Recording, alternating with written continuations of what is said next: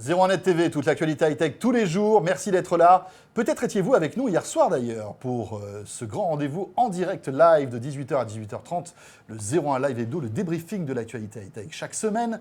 Et hier, on a parlé quand même de l'annonce de cette semaine. Facebook rachète WhatsApp.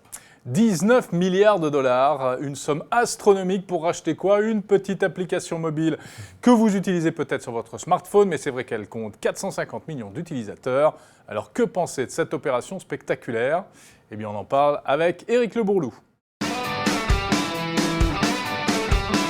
Bon, alors l'actu, elle est tombée hier soir, en tout cas cette nuit, en France. Ça y est, Facebook a fait un énorme chèque pour racheter la messagerie instantanée la plus utilisée au monde, on peut le dire.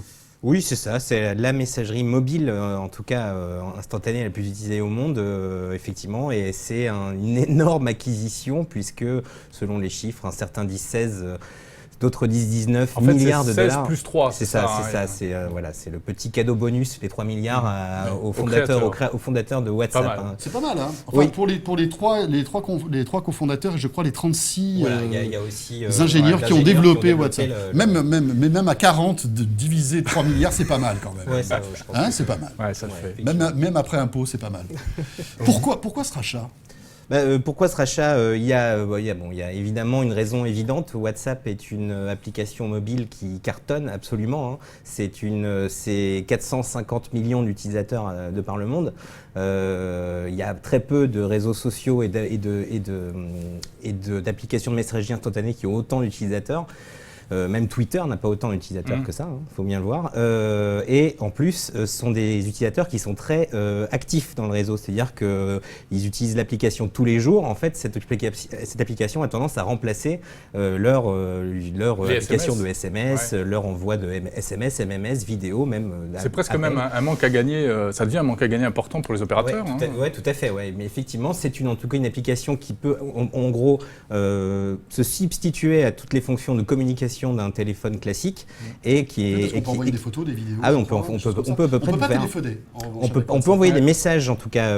On peut envoyer des messages audio enregistrés. Et effectivement, on peut à peu près tout faire. Et les chiffres sont juste absolument dingues puisque, comme Mark Zuckerberg le rappelait hier dans le post qu'il a publié sur Facebook, évidemment, en gros, ce que représente WhatsApp en matière de SMS envoyés, leur équivalent des SMS, c'est quasiment l'équivalent de ce qui est envoyé tous les jours en SMS dans le monde.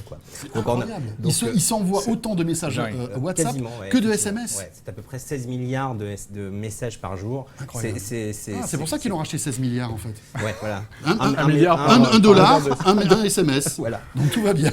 C'est cool. Mais effectivement, les chiffres. Ils ont bien fait de l'acheter tout de suite et de ne pas attendre. Ça monte encore. Effectivement. Donc, c'est vrai que les chiffres sont juste dingues. Il y a 600 millions de photos par jour. Mais bon, c'est un peu démesuré ce chiffre quand même. 19 milliards, ça c'est l'aspect plutôt économique. On est complètement là c'est clair, on est dans une bulle, quoi. Ça va exploser un jour ou l'autre, non? Écoutez, on a, déjà à l'époque, moi je me souviens de quand on avait discuté à propos d'Instagram. Déjà à l'époque, Instagram, on disait qu'un milliard, comment ont-ils pu dépenser 1 milliard pour une entreprise qui ne fait pas un rond, parce que Instagram n'a jamais gagné le moindre sou, et voilà. Et à l'époque, on disait déjà que c'était hallucinant. Je me demande quelle va être la prochaine acquisition qui va avoir lieu. On sait en plus, on en a appris là aussi, on savait déjà, mais que Google lui aussi voulait racheter cette entreprise, et je pense qu'il y a de ça là-dedans, c'est-à-dire que s'il y a de la surenchère entre ces géants qui veulent absolument acquérir cette petite pépite, et donc évidemment les prix montent. Le truc.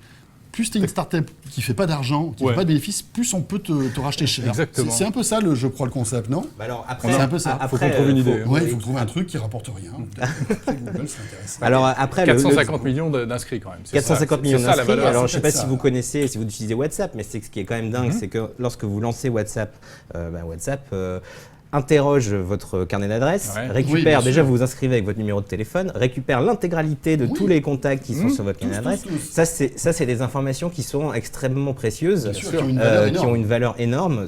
Mais c'est du pillage. Voilà, c'est du pillage. C'est du pillage en bonne et due forme. On peut considérer ça comme du pillage, puisque vous êtes automatiquement associé à vos amis qui sont déjà sur WhatsApp, etc. C'est-à-dire que derrière, c'est pas la seule appli à faire ça, mais c'est vrai que c'est un petit peu étonnant. Ils vont pouvoir reconstruire des annuaires, etc. Du coup, effectivement, c'est un annuaire exceptionnel. Un annuaire de 450 millions de personnes, et non seulement un annuaire, mais en plus un annuaire qui propose les liens entre ces gens-là. Donc on sait. Enfin, c'est un annuaire où il y a remarqué maman, aussi.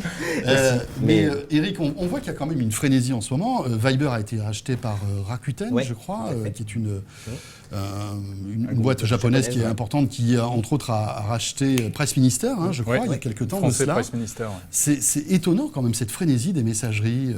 C'est fou. Disons que il est clair que sur l'avenir est à la messagerie mobile. Il n'y en a pas beaucoup qui parce que l'avantage aussi de quelque chose comme WhatsApp, c'est que c'est multiplateforme. C'est que vous pouvez l'utiliser sur iPhone, sur Android, sur Windows Phone, sur BlackBerry, sur tout ce que vous voulez. Mais que sur mobile, pas sur ordi. Pas sur ordi, mais c'est vrai qu'aujourd'hui, on se dit, demain, de toute façon, c'est aussi l'idée qu'a Facebook. Demain, on va vers un futur où, évidemment, on passera principalement sur le mobile, même quasiment l'essentiel de son temps. Donc effectivement, il est clair que ce genre d'applications sont très à la mode. Et puis on sait que là, en plus, WhatsApp est en pleine expansion. Il gagne 1 million à peu près de nouveaux utilisateurs tous les jours. Donc là, il n'y a jamais eu une application qui a eu une croissance aussi rapide en fait. Même Facebook à l'époque n'a pas été aussi vite à gagner des utilisateurs. Eric, est-ce qu'on sait ce qui va se passer? C'est-à-dire WhatsApp va rester en l'état, ça ne va pas bouger, va continuer à vivre sa vie de son côté, ou bien ça va être intégré dans Facebook, remouliné, etc. Pour l'instant, c'est ce qui est dit. Pour l'instant, c'est-à-dire pour l'instant, WhatsApp reste complètement indépendant. Ça a été précisé par les fondateurs de WhatsApp. Ça va rester. Mais comme il y a 8 jours, qui ne serait jamais racheté. Oui, voilà. Elle est bien bonne celle-là. En général, quand on dit ça, c'est que ça va bientôt tomber. Mais effectivement, pour l'instant, ça reste complètement indépendant de Facebook. Regarde les politiques, quand ils démontent un truc. N'ouvre pas ce dossier. Non, on va pas en sortir. Une semaine après, en général. Mais effectivement, il est possible que Facebook considère que ce service est indépendant de son réseau social et le fasse marcher en parallèle. Un peu comme ce qui se passe avec Instagram d'ailleurs, même s'il y a eu quelques rapprochements récemment, Instagram continue sa vie un peu en dehors de Facebook. Mais rien n'est jamais effectivement tout à fait acquis dans ce milieu et il est possible qu'un jour on se retrouve en tout cas avec des petits changements au niveau de l'acquisition de données personnelles chez WhatsApp. Il y a des questions, des remarques aussi sur Twitter, donc hashtag 01live. Est-ce que ça veut dire que ce sera la mort de la discussion instantanée à l'intérieur de Facebook ? A priori non, puisque a priori Facebook devrait continuer à faire tourner son service aussi en parallèle. Effectivement, on peut imaginer qu'un jour Facebook décide de fusionner ces deux messageries pour n'en faire plus qu'une, mais en l'occurrence, elle serait toujours disponible sur Facebook. A priori, ça ne devrait pas changer ça.